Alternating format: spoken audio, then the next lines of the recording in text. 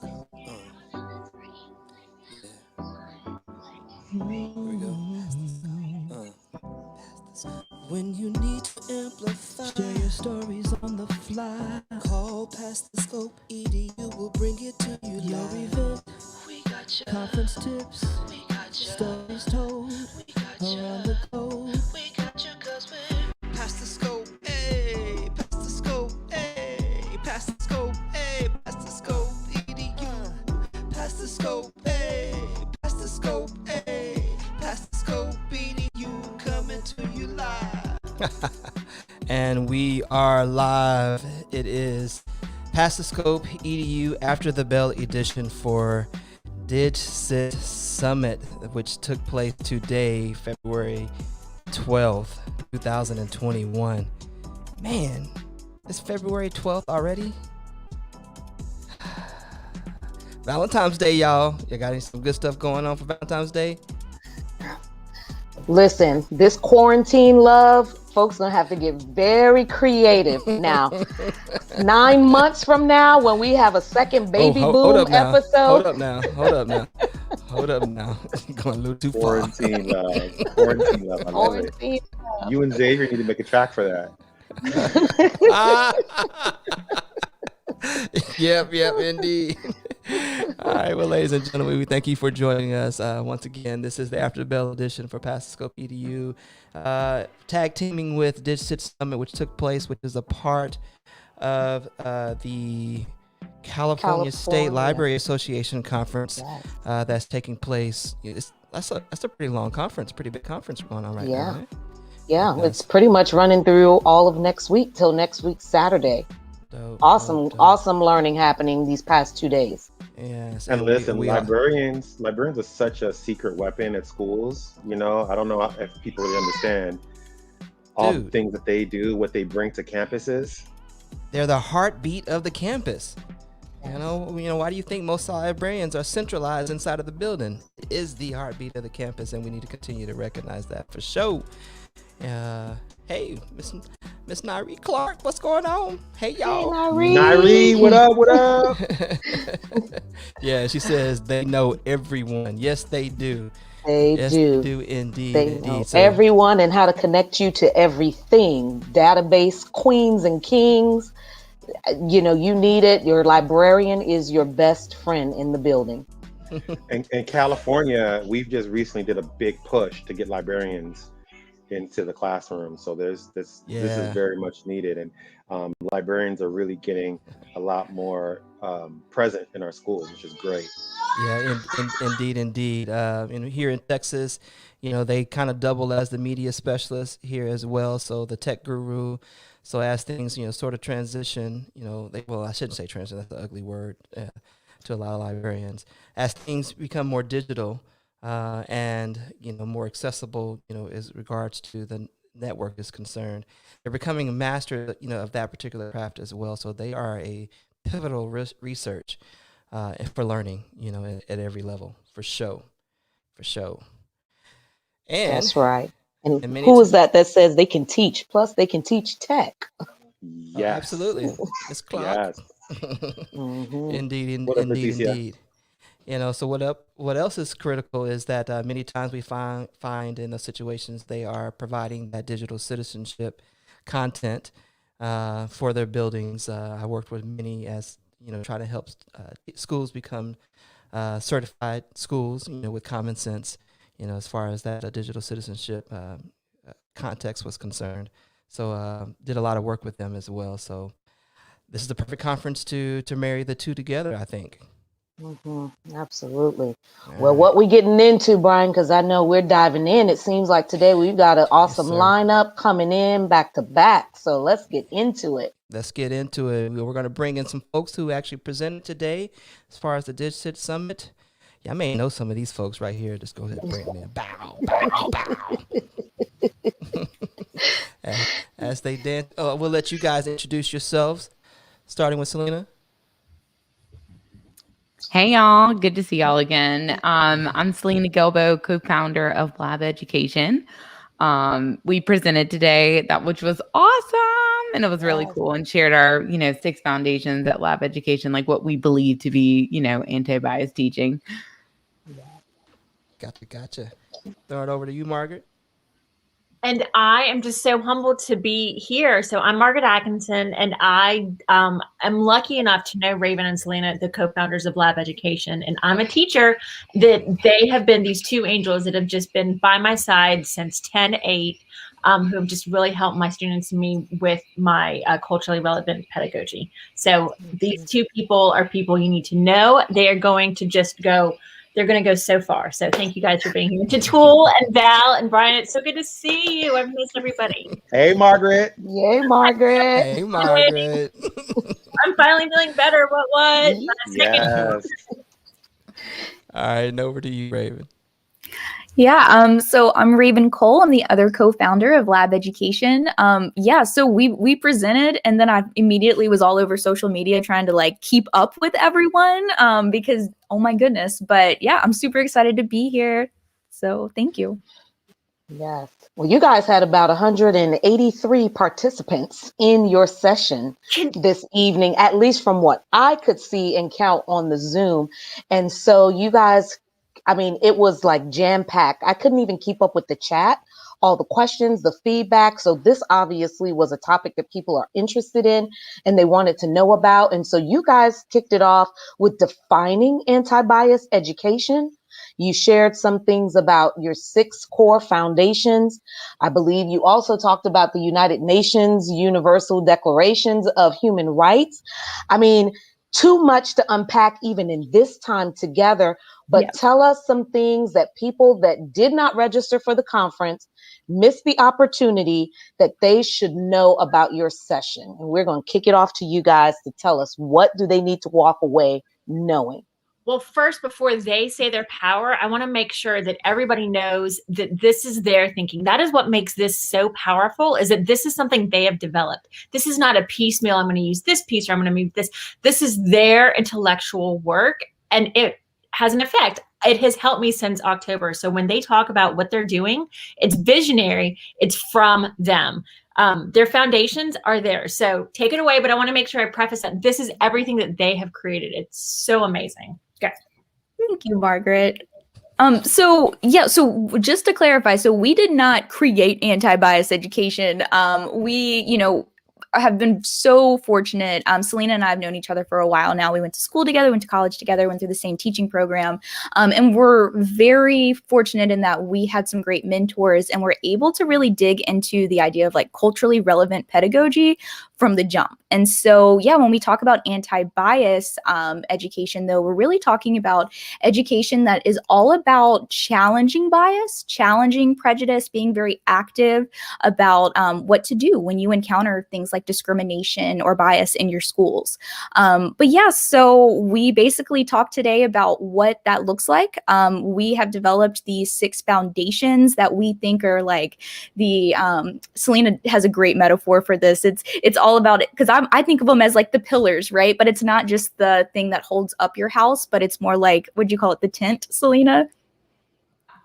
Yeah, I said it was like the piece, like the poles in a tent, right? Like, a tent leans, right? After so much time, you got to readjust those little things. So it's kind of like that. It's not like the foundation in a home where you lay it and you're done. It's this constant thing that you are working to develop, especially if, let's say, that tent changes, right? Like you add a piece. They have those tents. I don't know. I don't camp.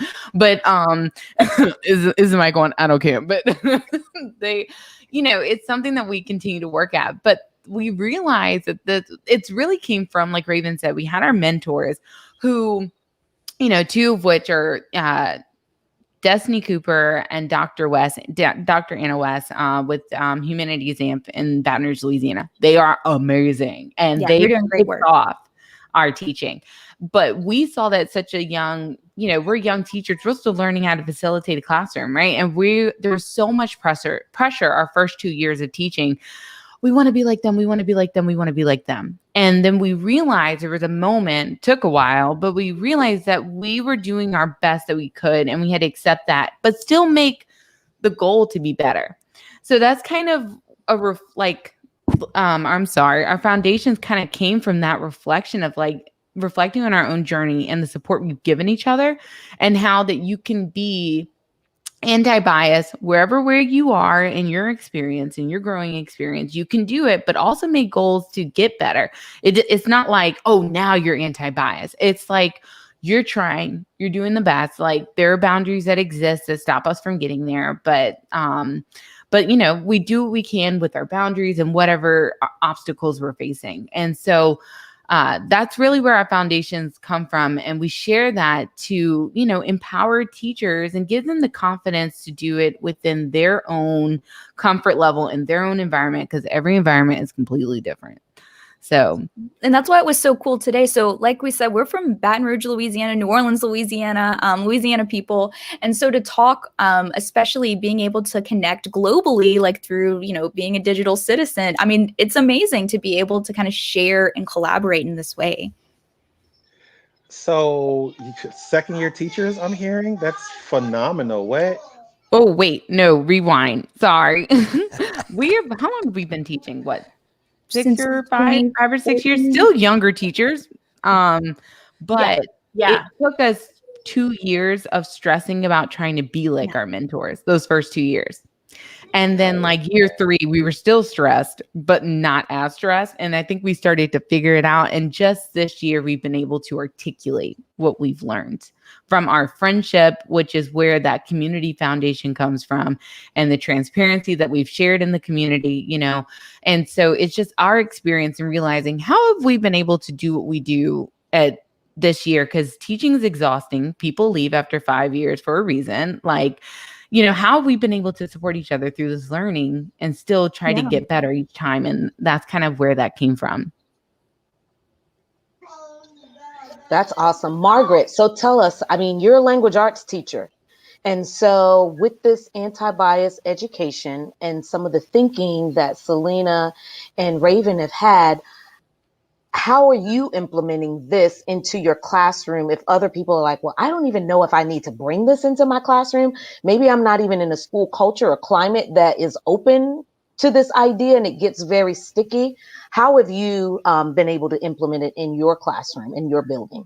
Well, first and foremost, I know as educators, we always try to be intentional with what we present or how we plan or how we continue to develop our pedagogy. And so I think for me, what the reason why this has been so impactful, the reason why I feel like Selena and Raven are my two angels who have just kind of helped me since 10/8, that October 8th lesson where I just reached out and I said, I really need help. I want to make sure that because I now teach currently Louisiana history. It's my first year teaching history and it's my first year teaching Louisiana history. And so I wanted to make sure that I was as culturally relevant as possible. And so after that 10/8 lesson, I reached out and I said, I thought that I had not all the answers, but I thought that my own anti-bias journey was, I thought that I was making the right steps, but here's that reflection piece. I'm not where I want to be, or I'm not where I need to be for my students. And so please help. They had luckily serendipitously presented at the beginning of the year for the school. And so, in August, I kind of texted them and I was like, oh my gosh, this is so great. Do you have a Twitter? And they're like, no. And I was like, okay, well, the year started. And not that I was like, whatever. But I mean, like the year started. I was like, I want to learn more, but you don't have a Twitter, no big deal. School started. We're an online school, so I don't ever see them in person. And so that 10/8, I was able to say, I mean, that's such a transformative date for me. I said, please help me. So what their resource, not only are the 6 foundations so important, and I'll let them speak to that again. This is their work. I'm just their cheerleader. They're like, I am like, I'm testifying for them. I'm their testimonial. It works. So the foundations, of course, have their own power, but what's really powerful, and Callie's excited too, my dog's excited too, so excuse me, she's about to bark. So what's really exciting for me is that they have helped me be intentional. They have checklists with it, help with developing your pedagogy checklists that help you as you go through the different pillars. So it's just intentional, and then having the space to dialogue with them, have somebody, that community to bounce off. And there's Callie. Past the Scope EDU is an amazing community as well too, like Tool, Val, and Brian. I am so lucky that y'all are I am part of your community, and y'all have continued to just dialogue with us as well. So long story short, intentionality and community has been the thing that has been the most impactful for me and my students. So, you know, a lot of educators ask the same questions over and over again, like, how do we get started? If there's an educator here and they're like, this is great, sounds good, there's a, you know, testimonial here and it works. How can I get started? What would be some of your suggestions on how educators can just get started with this work? First, reach out. I mean, yeah, that's what I was going to say. But it's hard to do in isolation. Like, obviously, what Margaret's talking about, it's so hard to do this work in isolation. And I really don't think you can. I think you need to have a community. And so I think for anyone that needs some help, right? Lab Education's happy to help you, right? Labeducation.net. Reach out to us on Twitter. I've already talked with a lot of teachers lately online. They're like, just how do we get started? And the thing is, it depends on your community, it depends on your community space, your school, the admin that you have. You know, what it looks like in Baton Rouge might look totally different, you know, in Atlanta or in California. So yeah, definitely just reaching out. And then also, as Margaret's talking about, reflecting, right? Like, where are you actually? Like, let's figure out, where are we in reality? I know Selena probably has stuff to add to that. Girl, you know. But Selena, yeah, I mean, like, She said, girl, you know. so I mean, but like you know, one of our foundations is boundaries, right? And like you have to kind of reflect and think about, well, what, you know, if you are afraid to start, think about what are your boundaries that you're experiencing. Is it boundaries within your administration, curriculum? If it's, you know, with yourself, if you're, because I know we're talking with teachers all the time, and then we hear, well, I'm a white woman, I'm worried about it, or I'm a teacher of color and I'm afraid someone's going to think I have an agenda. That's one of my fears that I always have to check all the time. But like, whatever it is, reflect, even write it down, right? Think about, what are my boundaries? What are my obstacles? And which of these actually exist, or which of these are things that I am saying is a boundary. For example, me being Black and anticipating that they're going to think I have an agenda. I have no evidence. No one has ever approached me with that. Why do I have that thought? Now, that doesn't mean that my community, like I shouldn't be aware and reflect on my community, but I don't really have evidence to support that thinking. And so I really need to check myself. Am I getting in my own way to start having these conversations or to start doing these things? Or is it something that actually exists out there that is tangible that I may be able to, you know, approach and discuss with someone? Again, this is why it's good to have that community, because often Raven and I talk about this all the time. Ray, I'm worried because I'm a Black woman and I'm talking about, you know, let's see, we're talking about the election. I'm worried they're going to think I have an agenda. And we talk about that, right? We say, well, let's unpack that. The lesson is this, your objective is this, right? Is there an agenda? No. So let's regroup and get in there and be a teacher. So it's really about, you know, thinking about our boundaries, and then also thinking about, like, what does it mean to start? Like, what is a start? Is a start, like, again, like this big interactive project, or is a start just including photos right now? Or is the start having a really good discussion question, right? Like, you define what the start is, but always start. Or a chat pod. Like, or a chat pod. That's a small step. Selena mentioned this earlier, like small steps. And that's what she and Raven have really been encouraging me to do. We're online, we're in an online school, and chat pods can be scary, especially when you do not have the face-to-face human connection at all with students, because they might not even be on camera. And so a chat pod has been very daunting for me, especially since the 10-8 lesson. And so that's been my small step. And I used a chat pod yesterday and it was just so powerful. And so I texted them and it was a celebration. So those small steps are so essential in this journey. And for those of you that missed the session, I know that the Foundation 3, and thank you, Brian, for putting the 6 foundations up. And when they're talking about that Boundaries Foundation, I know there were 4 areas: identity, resources, personal ability, and discussion were some of the areas that you guys highlighted. But one thing that I also liked that you all presented was an example where I believe you guys had a model and evidence in your session today where the participants and the viewers could actually engage and do.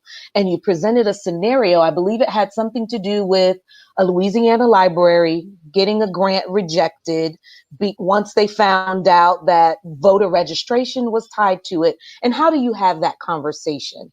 Or even another scenario, Selena, as you mentioned, just being a woman of color in maybe a school that you may be the minority, definitely. And how do you have conversations that you feel like I should be able to talk about, the election without someone thinking I have an agenda? I'm talking about it because naturally everyone else gets to talk about it.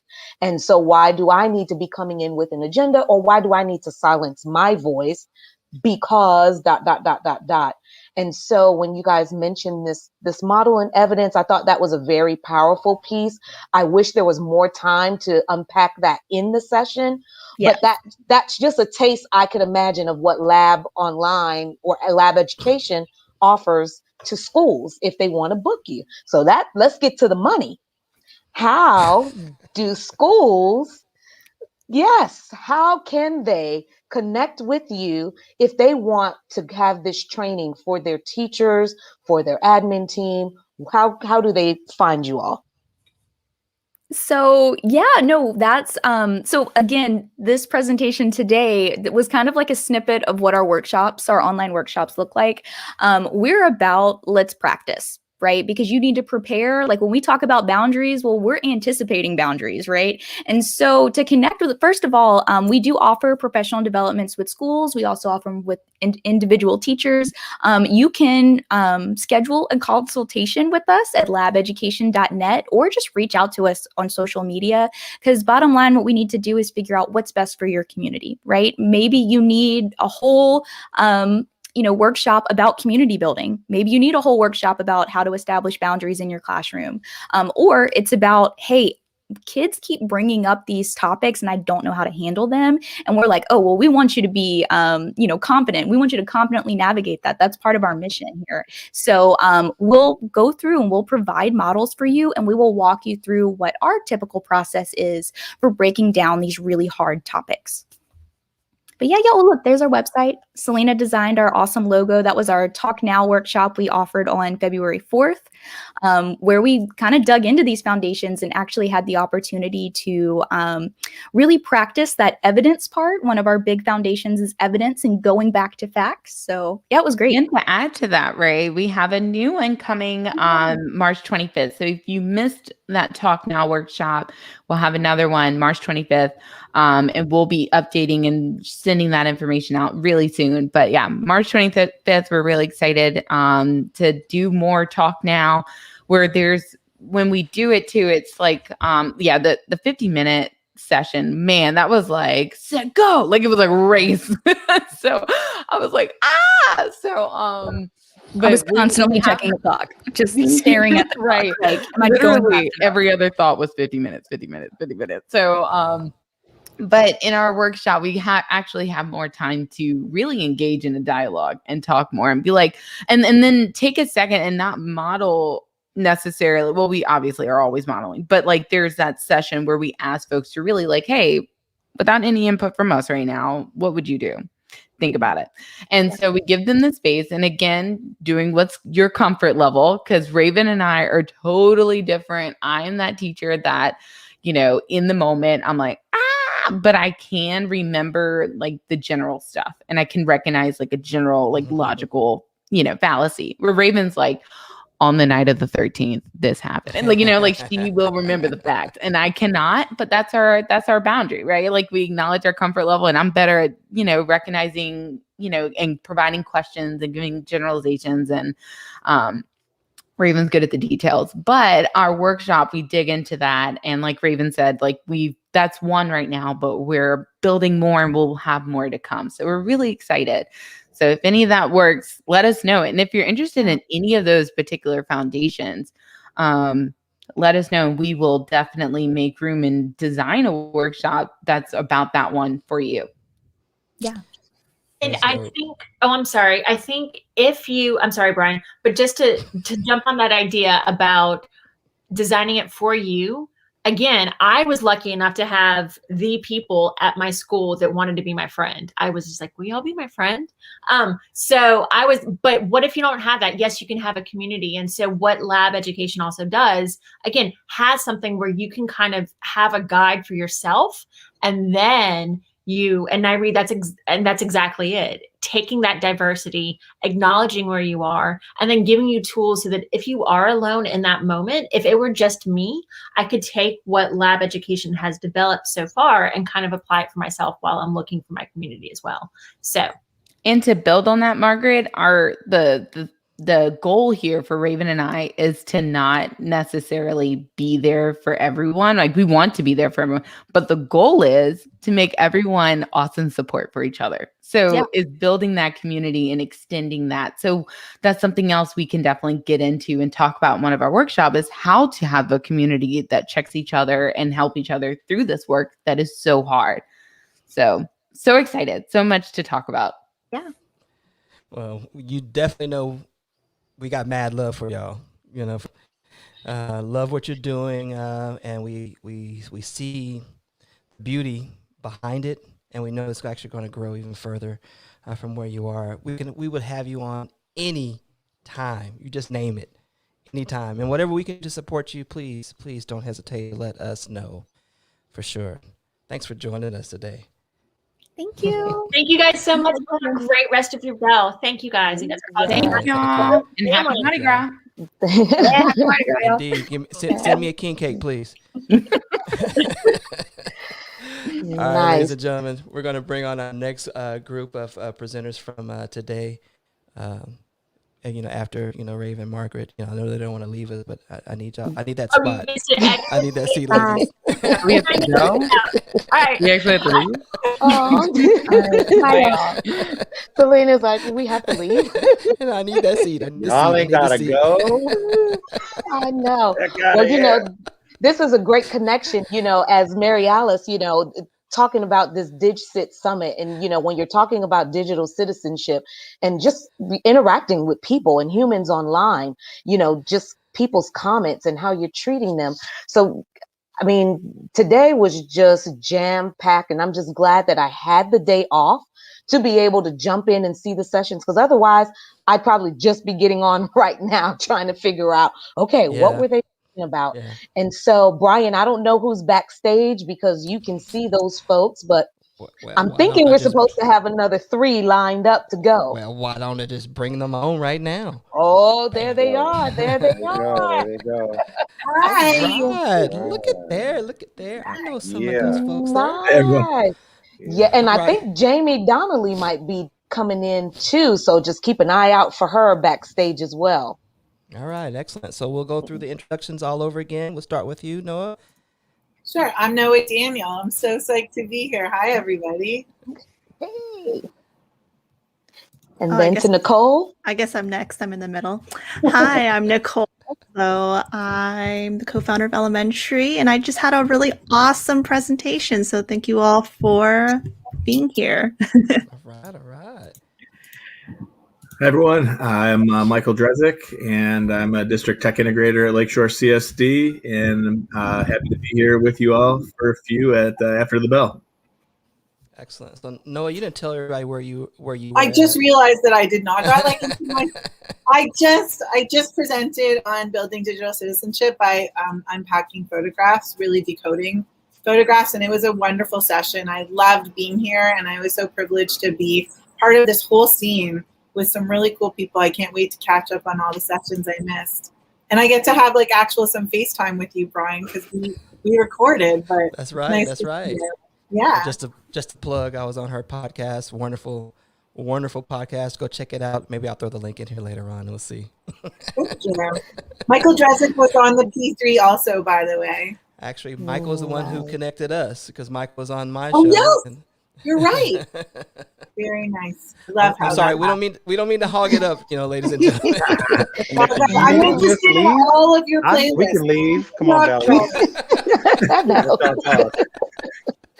I know. Well, we're going to start with Michael. How about that? So, Michael, you gave, it was almost like a resource smackdown in your session. And you gave, I mean, you were giving so much that the chat was going crazy, and people were like, look, you just need to go ahead and share your slide deck with them.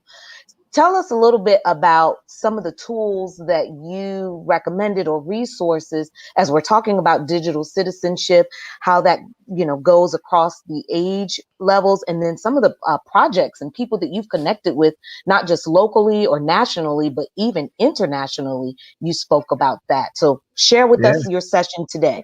Yeah, for sure. You know, anytime I go into a session and I realize I have a condensed time like that, like 50 minutes, okay, what can I do that'll bring value to people? So I kind of went the approach, like you don't have time to really dig into something. So I went with the approach of just sharing as many things as I could, and with the hopes that someone finds something that to walk away with. And I was really trying to tap into tools that can help connect, tools that can help you create, and tools that can help you collaborate. So if I could find a tool that I appreciate or that works well for our students that does any one or more of those things, which many of them do, I was just hoping to get that out to people that might be able to stumble on something.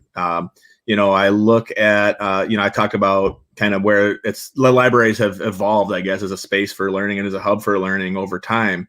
And that ability to share your work with the world and then to connect people. I mean, that was huge part of what I was sharing today. So I was just sharing some of my favorite tools. I just went down the line. I mean, Beluga and Flipgrid and Buncee and GoBubble and Exploring by the Seat of Your Pants and Elementary. And I mean, I don't have them all in there, but then I tried to take, you know, Minecraft Education and Skype Classroom or virtual field trips and Google Earth, and basically then like, what does that look like? You know, what do those tools look like in action at our school? And maybe a couple quick blast or two of how our students have used them and the successes that we've had. But really just tools that can connect people. I mean, that's been the power, I guess, when I started this job as a tech integrator. My first year, I kind of to create the role for myself was like, hey, can you help me fix my smart board? And yeah, sure, I can help you fix your smart board, but that's really not what this is about. And then it took me a little while to evolve and realize, like, holy smokes, there's technology out here that this is powerful stuff. We can connect people and we can create and we can share, and then hopefully that amplifies some student voice and students can be empowered. And then I would say then that somewhere along the line, the digital citizenship piece came into play, and I realized like that was a whole other world. And then I was always approaching digital citizenship from a, you know, what not to do, internet safety type standpoint. So I had to reframe my thinking, and then that really helped me as well. So the projects have, you know, been powerful too. And the people involved in them are, you know, definitely create some memories that way. So hopefully, you know, I saw a comment in the chat, like, thank you so much for this. I'm a first year teacher. Like for me, like it's just been like curating as many experiences and resources as I can to support our teachers. So if that helps another teacher on their journey, then it's definitely, I'm grateful to have that time at the summit. Yeah, so being at the DigiCit Summit, you know, and now that we're all online, have you guys seen how's digital citizenship changed? How has it become more impactful, more important?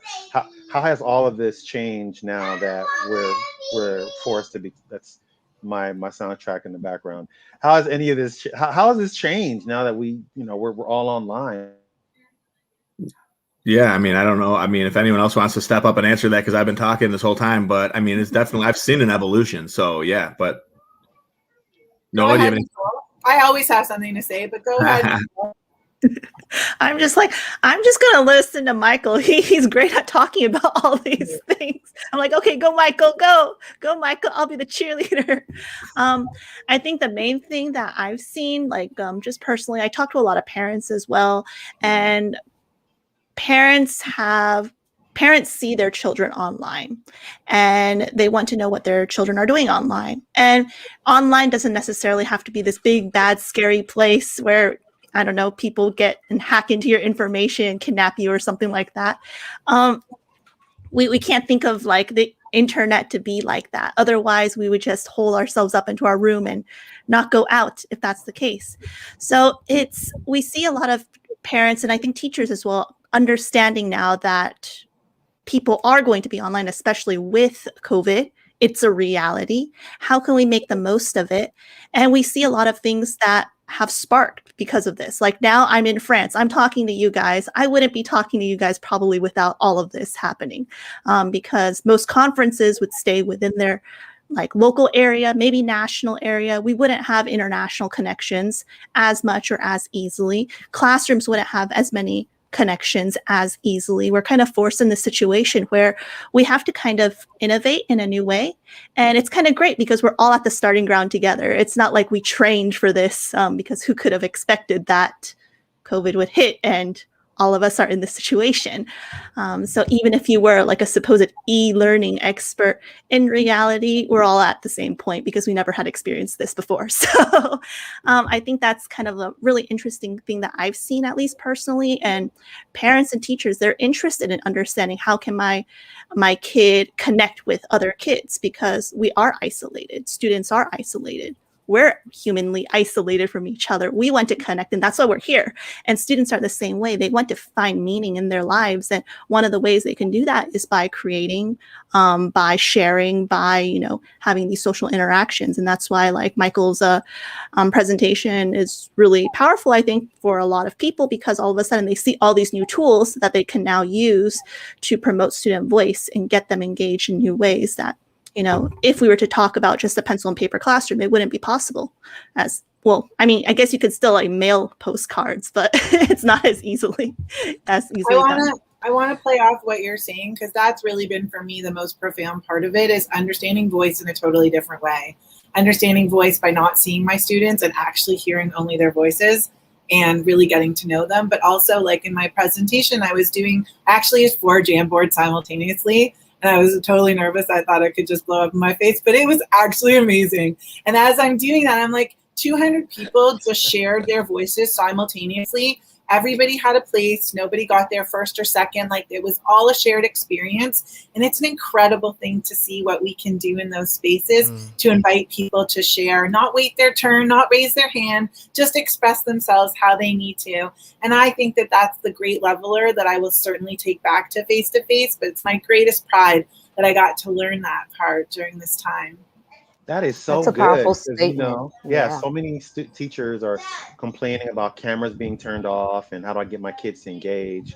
And here we are talking about kids being able to share their voices authentically, creating culture in our classes, and really being able to come in contact with your students. You know, we can't be there in person, but they're able to share their voices, be able to share their own meaning, and they're able to make meaning with one another just using technology.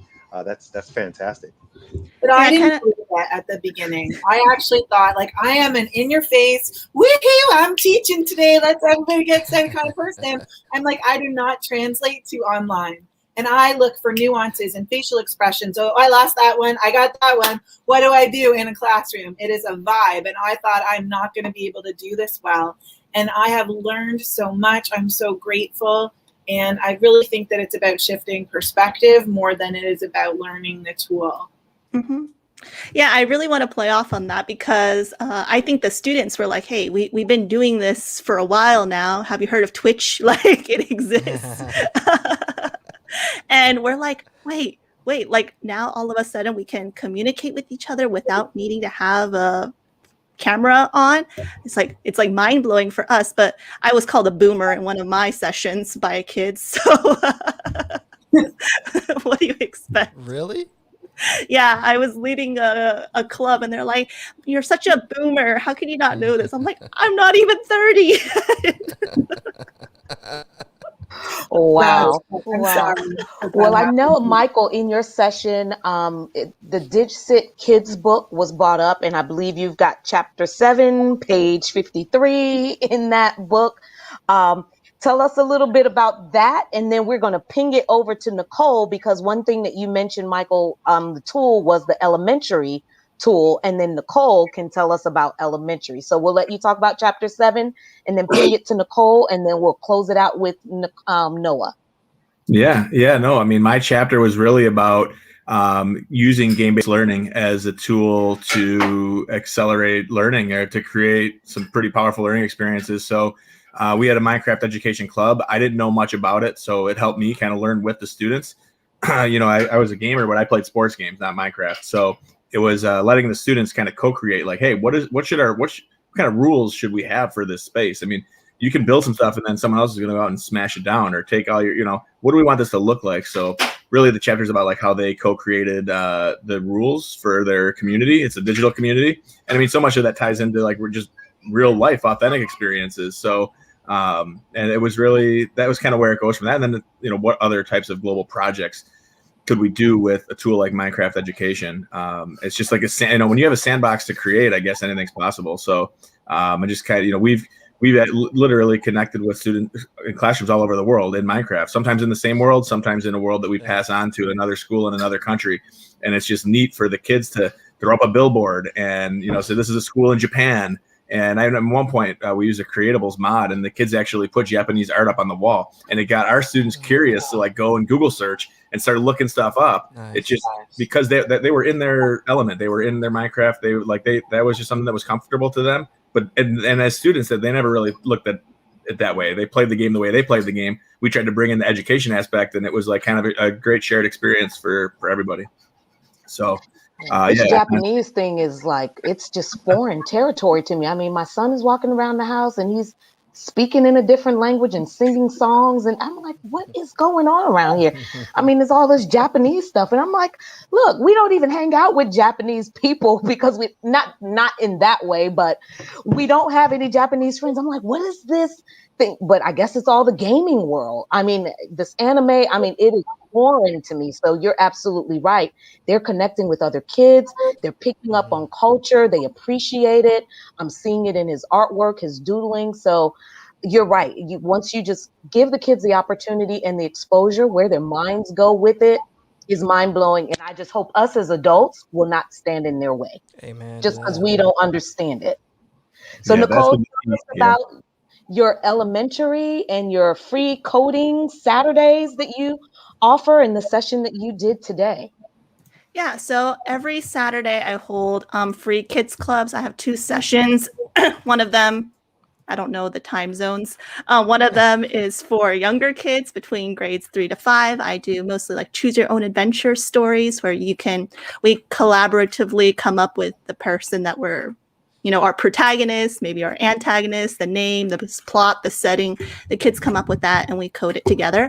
My second group is for older kids, simply because we look at game design elements and we look at narrative game design. So we create things like simulation games, personality tests, escape rooms, things like that, things that have different inputs that the reader has to input in and maybe check the right answer, go to different pages, etc. So Elementary is a K-12 online platform. There is a free tier. You can create for free, write for free, share for free. And the main thing is integrating coding so it's across the curriculum. And what I mean by that is we're not teaching coding like, oh, you're going to learn how to code. Instead, it's, oh, I want to add a background music. That's pretty cool. Like, how do I do that? I guess I need these blocks. I'm going to connect them together. I'm going to show my friend how to do it. And voila, you just coded. So it's coding because you want your story to look cool. So you see your friend do it and they want to make their story cool. Like, I want to animate my dragon. I want to, add some music, add a voiceover, have a different ending. How do I do that? In order to do any of that, you have to code. And the coding we use is node-based visual programming. It's visual.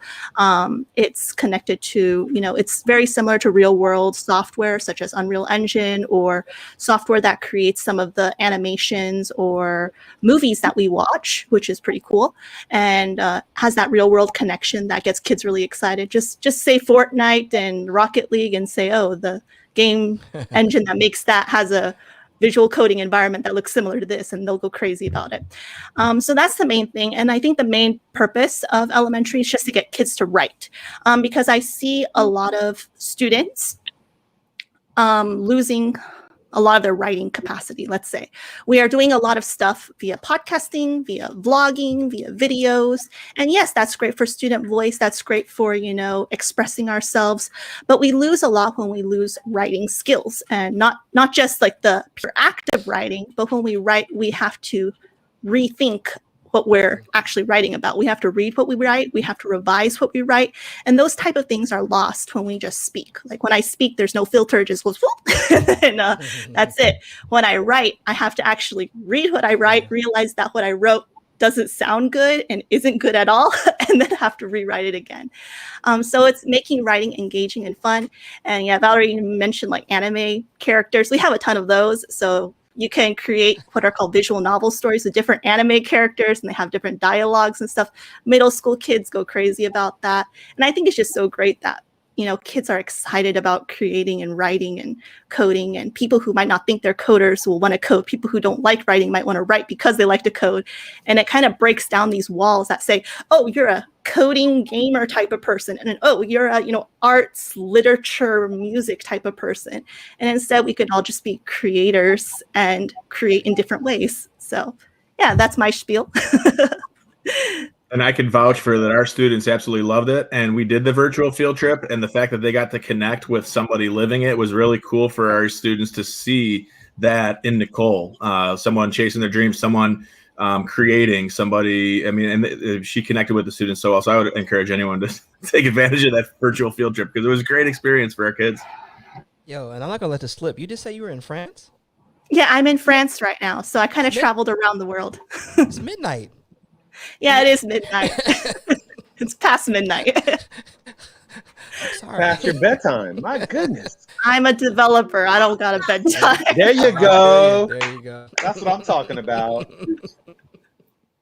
That is awesome, Nicole. So what can parents do? Brian, myself, Michael, Noah, I'm not sure if you have children or not, but okay, so all of us on here are parents, and we cover the spectrum. I think Tatul and Michael may have some of the youngest, and then Brian's got some middles and olders. So how can we as parents connect our kids to the platform elementary, to get our kids interested in this, especially with the writing piece of it that you're speaking of, that puts a different twist on it? So how can we get our kids on board with what you're doing?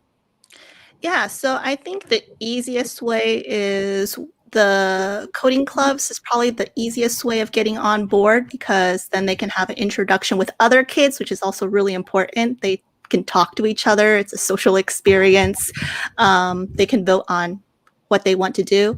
And that's every Saturday. It's in the morning. I think it's at 11 a.m. EST and 2 p.m. EST. I have to look at that again for the time zones. And otherwise, you could just create an account for free on elementary.io. Just sign up with an email, get started for free, and then you can start creating. And you can comment on a lot of stories. I have one of the most popular writers is a 6th grade girl. She writes really amazing games. Like, they're really good. She made an escape room, a YouTuber simulator, a pretty intensive role-playing game. It's pretty intense and really amazing that she's doing all this. And I think when a kid knows that another kid does it, it's much more inspiring than me doing it, or a publisher doing it, or a writer, because they know it's someone like me and I can do the same thing too if I work hard enough, you know? And so you could really see her journey. So you have a portfolio. So you have an account on Elementary, and it has all of your stories on there. So when you look at her previous stories, her first story was just a hidden picture book. And it gradually got more and more complex as she learned how to do more of the coding and learned how to write more. So she was in my coding club, and there's a couple other kids who are in the coding club as well. But I would say kids as young as, if you're even like kindergarten, you can write with your kid. Instead of doing written books, you can do audio picture books, is what I like to call them, where you could record your voiceover and then code it to play. So you have the kid like narrating whatever is on the page. You can arrange your images on it. There's about 16,000 professional illustrations and sounds you can use right now. For the free tier, it's a little bit less. And if you go pro, you get all of them and you can upload your own. So that's kind of how it works. But we're a 2-man team, so support us. Very nice. Thank you, Nicole, for that, for all that you're doing. And Noah, please tell us, about your session. And after you, we're going to bring on our 3 final guests to cap it off. And so, Michael, I guess like you're saying, that 50 minutes goes by quick and our hour is almost done. So Noah, tell us about your session today. Well, really, the session came to be because Mary Alice and I got connected, and then she got to see what I was doing through a DigCit summit, and then I got to be here to actually share what I do every single Friday, which is decode a photograph.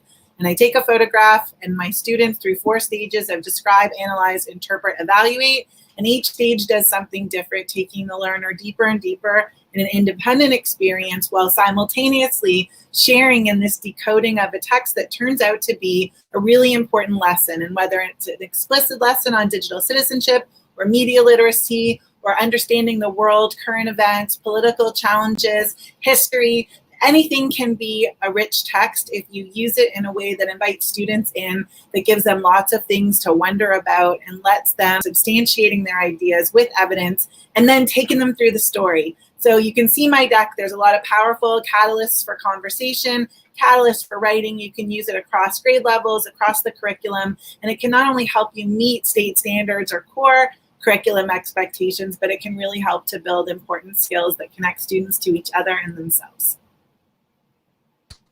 Wow. That. Oh my goodness, I've got a lot of learning to do, gentlemen. I don't know about y'all. Tool, listen, your I'm kids not are going to be ready. coming up in a different age. Are you kidding me? My brain I'm not doesn't have the capacity. No. So here's my question though. So if you actually are a participant in the conference, how long will the sessions be available to go back actually and to look at them? I guess we get that answer with the next set of guests, but do you guys know? Because I need to dive deep.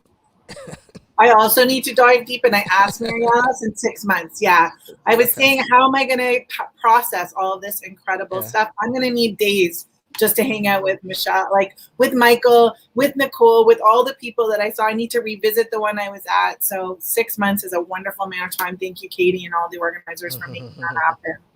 Yes. That's fantastic. Well, I wish we had more time, but we don't. I'm sorry. We appreciate you guys coming on. Noah, it's great catching up with you. Nicole, definitely great to meet you. I used to live in France, but we have to catch up. Michael, as always, man, love you, bro. Yes. Bye, thank you so much. Cheers. Bye. Thank you, guys. Wow. Thank you. What an awesome group, guys. Wow. That's all you can say is wow. I know. Well, I'm like, I'm going to sign my kids up for the elementary platform and get them going because, they're always online with these. I always hear these voices coming through the box and I'm like, who are they talking to? And they're online just connecting with friends because they're digital learners. So they're not in person. So they're connecting with their friends on this, but then there are all these other kids. Now, the good thing about this is that those kids aren't physically coming up in my house. But they are finding a way to connect and socialize. Just amazing. I'm just amazed. Like all these limitations that we're putting ourselves in this space. Yeah. And then we have these wonderful educators come on and like, whatever. They're on Twitch. They're on this. They're on trial. So, and that's falls in line with what we do. We try to amplify those particular stories, those particular voices, and expose what's actually going on outside our own four walls. So, love doing this After Bell series. We were requested to do this by what's up, Mary Alice. Mary Alice. I know, and I think we got some more folks back. We're gonna bring Jamie on too, and there's Katie right there. Mary Alice, does your energy translate to virtual? Does it? Oh my gosh. I mean, I love this community and I feel seen in this community. And all day long, I've been talking about, if you don't know about Pass the Scope EDU, you have to get on board because I'm so happy that this is the first time we get to do something, in partnership. I'm so happy to see Katie and that in partnership with the California School Librarian Association, we were able to do this summit. My Jamie Donnelly, I mean, this is as good as it gets. I know. Well, Jamie, introduce yourself and tell us about your session today. Because I got to listen, guys. If y'all didn't catch Jamie's session, now Jamie, to me, if anybody says anything ARVR, I equate it with her name automatically. I don't know any of the things. I just know I'm in Jamie's Voxer group, and I hear them talking about this stuff. But Jamie, please dive into some of the things, and I know you mentioned something in the chat with with Noah's session. Talk about that. Tell the people who you are. Sure. I'm Jamie Donnelly, and I feel like I'm at home with this family of people. So good to see everybody. It's, I was in Noah's session and had a chance to just really kind of hear the story of like why pictures are used in our classroom and the value of it. And I kept thinking, yeah, that's just like AR VR. Yeah, that's just what I talk about with AR. Like everything she was saying, I kept saying, oh my gosh, that's AR VR. But that's the truth is we went from 2-dimensional to 3-dimensional, but we're essentially doing the same stuff, right? Like we're still talking about these experiences and making connections to our world. So it was just really, I think it was really interesting to kind of make a connection to something like that maybe, we don't either one, people put too much emphasis in one or the other, right? I think both are important. Any type of media that we're bringing back to our students and giving them a chance to experience and demonstrate their knowledge in a new, different way than the traditional only, right? But it was good. I loved it. And I loved being part of this event. Thank you guys so much, Katie and Mary Alice and Scott Noons jumped in. Like I talked to him last week and I was like, hey, I'm doing a session with Mary Alice. It'd be really cool if you came. And he was like, yeah, okay, I'll do it. So I texted Mary Alice. Mary Alice texted Katie and they both were on board. It was everybody in this community is so good about just like helping, supporting, sharing. And then Jamie, in your session, I know that you talked a little bit about the Merge Cube. You had several demos going. You had an AR VR classroom that the participants can kind of join in, make something, and in real time in the class kind of see that item that they create come to life. And so there was a comment that was made where sometimes teachers think that these things are just for fun or don't really serve a real purpose. Will you speak to what you have seen? And I know you've got 2 books, one coming out any day now and one that you've already put out. Can you talk about how you see that translating into classrooms so that people understand its value and purpose? Yeah, I think honestly, it's hard, like even games, right? People are like, oh, well, why do we need to incorporate games? Why do we need to bring in video content? Why do we need to learn about code? Or I think oftentimes you're going to hear some skepticism because it's different and because it's challenging. And sometimes it's hard to understand, like you said, how that translates into our lessons, our classroom lessons.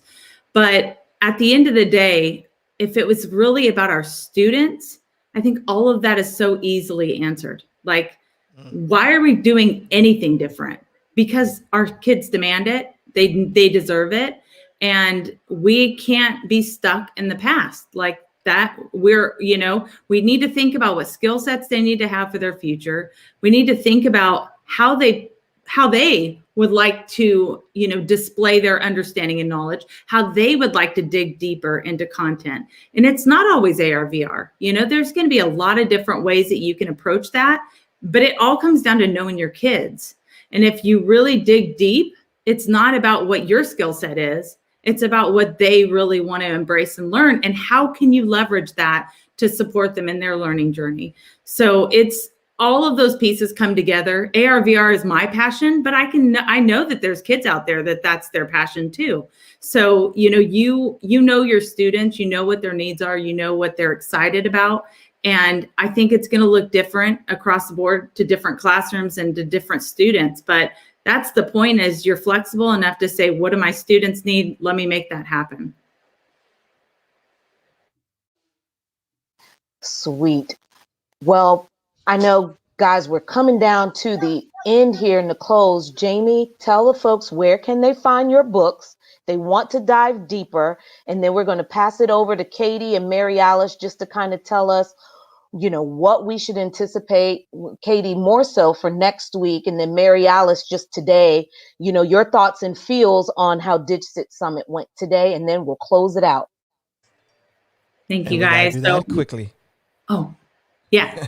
Jamie Donnelly, Learning Transported and The Immersive Classroom. You can find them both on Amazon. Thank you. Love you, Jamie. Mary Alice, DigCit Summit today. I know there are a lot of sessions and panel guests that we didn't get to bring on today, but what are your thoughts? Did the day live up to your expectations? It exceeded any and all expectations. From that opening keynote where we had multiple voices, I was crying from the very start.